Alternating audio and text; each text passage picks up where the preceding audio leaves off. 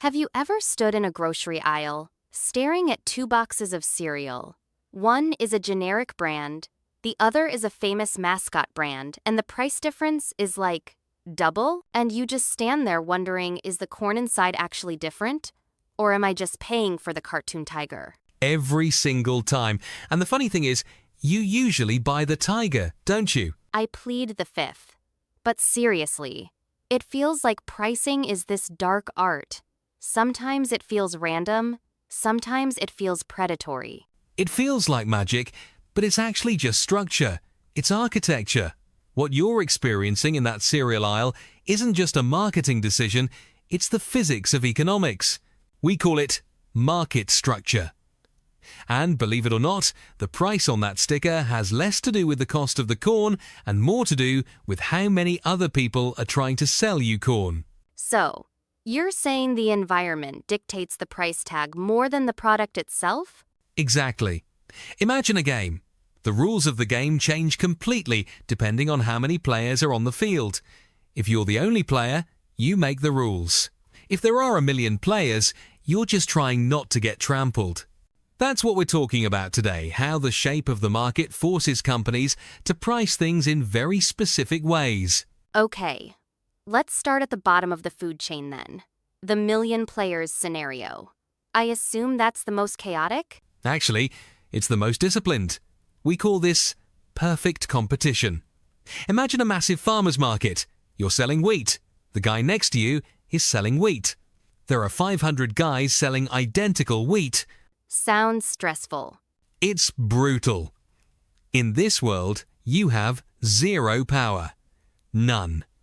If the market price for a bushel is $5 and you try to sell yours for $5.01, you sell nothing because the buyer can just walk 3 feet to the left. So, in this scenario, pricing strategy doesn't really exist? You just take what you get? Precisely. You are a price taker. There is no strategy other than survival. You can't advertise your way out of it because wheat is wheat. You can't brand it. The only way to make money is to be ruthlessly efficient. You have to cut your costs to the bone because the ceiling on your price is made of concrete. That sounds like a nightmare for a business owner. You're basically a hamster on a wheel. It is. That's why almost every business tries desperately to escape perfect competition. They want to differentiate. They want to move to the next level, which is where things get interesting and where we spend most of our money. Monopolistic competition. Wait, monopolistic competition? That sounds like an oxymoron. Is it a monopoly or is it a competition? It's both, and it's brilliant. This is the world of coffee shops, clothing brands, and restaurants. Think about it. A burger is just a burger, right? Don't tell that to the people lining up for Shake Shack. Exactly. In theory, a burger is a commodity. But Shake Shack convinces you that their burger is fundamentally different from McDonald's. Because they've differentiated the product better sauce, cooler vibe, better branding, they gain a tiny little monopoly over their specific version of the burger. So, because they're special, they get to set the price? To a degree. They aren't price takers anymore, they are price searchers. They can charge $8 instead of $2. But here's the catch. They can't charge $50. If they go too high, you'll eventually say, you know what, it's not that good, and you'll go to McDonald's.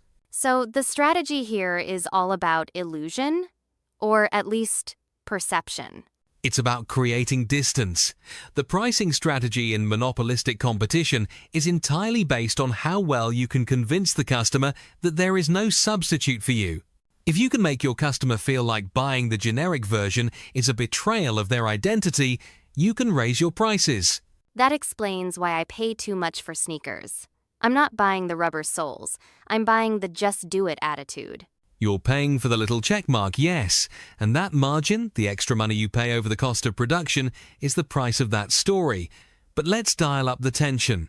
What happens when you leave the world of many sellers and enter the world of just a few? The heavy hitters, the titans. Welcome to the oligopoly. This is the airline industry. This is Coke and Pepsi. This is Android and Apple. This feels like a different beast. In the farmer's market, No one cares what the other guy is doing because there are too many of them. But Here, everyone is watching everyone. It's a Mexican standoff. The pricing strategy here is defined by interdependence.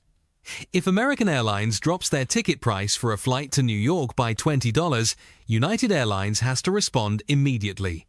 If they don't, they lose the market. but if they both drop the price, don't they both lose money? Bingo! That's the trap.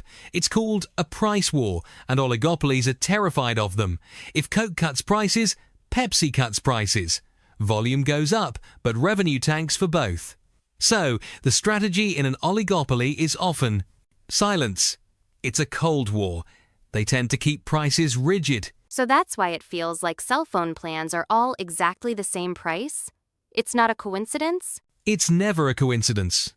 It's tacit collusion. They aren't calling each other up and fixing prices that's illegal, but they are signaling. One company raises a price and waits to see if the others follow. If they do, great, new standard established. If they don't, the first company panics and drops the price back down. It's like a high-stakes game of Simon Says. Or poker, where everyone can see half of everyone else's cards. And this leads to a fascinating pricing dynamic. Instead of competing on price, they compete on nonsense. Nonsense? Well, not nonsense, but non-price factors. Frequent flyer miles, the shape of the bottle, the celebrity endorsement. Because they are too scared to touch the price dial, they spend billions trying to steal market share in other ways. It's safer to hire a pop star for a commercial than to lower the price of the soda by 10 cents. Exactly, because the pop star is a one-time cost. Lowering the price starts a race to the bottom that might never end. Okay, so we've gone from the powerless farmer to the branding genius to the paranoid giant. What's at the top of the mountain? The monopoly. The king, the soloist. When you have a true monopoly or a near monopoly, the physics change again. You are the price maker. You don't look at competitors because there aren't any. You look at the demand curve and ask, how much pain can the customer tolerate? That sounds villainous. It can be, but it's also a complex mathematical challenge. If you own the only bridge across a river, you can charge a toll. If you charge $1, everyone crosses. If you charge $1,000, no one crosses. Your goal is to find that sweet spot where you extract the maximum amount of money without causing a revolt or regulation. Or causing people to buy a boat. Right, the substitute effect. Even monopolies have limits, but their pricing strategy is unique because they can engage in price discrimination. That sounds illegal. It sounds bad, but you see it every day. It's when a company charges different people different prices for the exact same service. Think about software. A student pays $10. A business pays $100. It's the same code.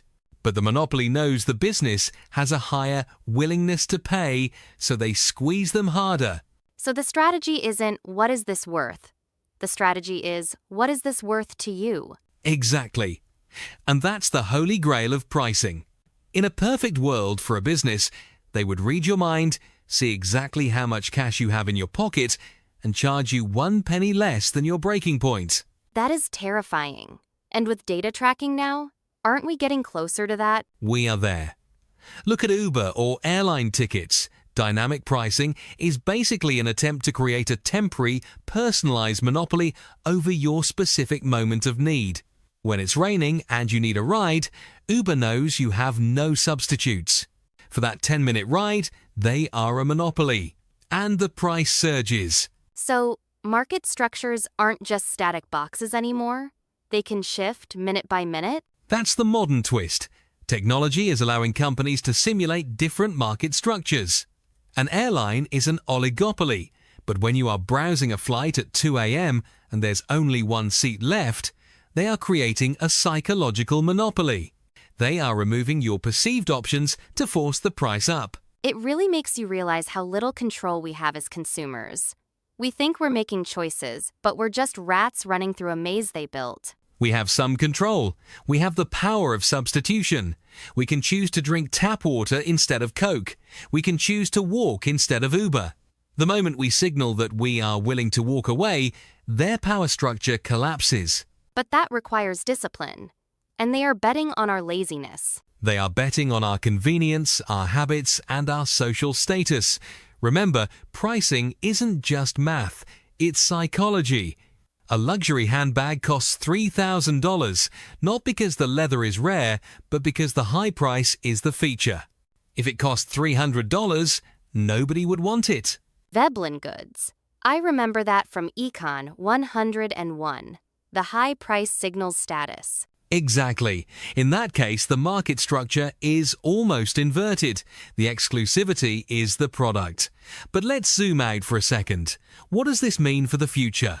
As AI gets better at predicting our behavior, do you think prices will stabilize or get more volatile? I feel like they're going to get more personalized, which is scary. Like, will I pay more for a coffee than you because the algorithm knows I'm addicted and you're just a casual drinker? That is the dystopian version, yes. It's called first-degree price discrimination. Perfect personalization. It destroys the concept of a market price entirely. There is no price on the shelf, there is only your price. That feels like the end of the public market. It isolates us. If we don't know what everyone else is paying, we can't organize. We can't complain. It atomizes the consumer. In a perfect competition market, information is free. Everyone knows the price of wheat. In this AI-driven future, information is asymmetrical. The seller knows everything about you. You know nothing about their algorithm. So, the invisible hand of the market is being replaced by an invisible algorithm. And that algorithm doesn't care about equilibrium. It cares about extraction. But there is a flip side. Give me some hope, please. Technology also lowers barriers to entry. Remember how we said monopolies exist because it's hard to compete? Well, the internet made it easier to launch a challenger brand. You can start a bank, a media company, or a retail store from your laptop. So the structures are becoming more fluid? Giants can fall faster? Exactly. Look at Gillette. They had a near monopoly on razors for decades. High prices, high margins. Then Dollar Shave Club comes along with a funny video and a subscription model. Boom! The market structure shifted from monopoly to monopolistic competition almost overnight. Gillette had to slash prices. That's a great point. The moats around these businesses aren't as deep as they used to be. Which brings us back to the core lesson. Pricing is a symptom of power. If a price is high, ask yourself, who holds the power here? Is it the scarcity of the product, or is it the lack of competition? And if the price is low? If the price is low, ask yourself, who's being squeezed? Is it the farmer, the worker, or is the company just trying to bleed out a competitor so they can raise prices later? Predatory pricing. Amazon style. It's all a game of leverage. You know, I used to just look at a price tag and groan. Now I feel like I'm looking at a crime scene or a battle plan. It's a narrative. Every price tag tells a story about how many players are on the field and how desperate they are. So, for our listeners, next time you're buying that coffee, or booking that flight, or renewing your insurance, take a second. Look at the price. And try to reverse engineer the structure. Are you in a farmer's market, or are you crossing a troll's bridge? And if you're on the bridge, maybe consider swimming. Or at least bring your own boat. It's fascinating stuff. It really strips away the marketing fluff and shows the machinery underneath. The economy is just people, incentives, and rules. Understand the rules, and you stop being a pawn. Well, on that empowering note, we're going to wrap up. I'm going to go buy a very expensive brand name coffee and think about how I'm falling for monopolistic competition. Enjoy the illusion. It tastes better than the generic stuff. It really does. Thanks for breaking this down. It's been a masterclass. Anytime. Keep watching the numbers. See you next time, everyone. Keep thinking.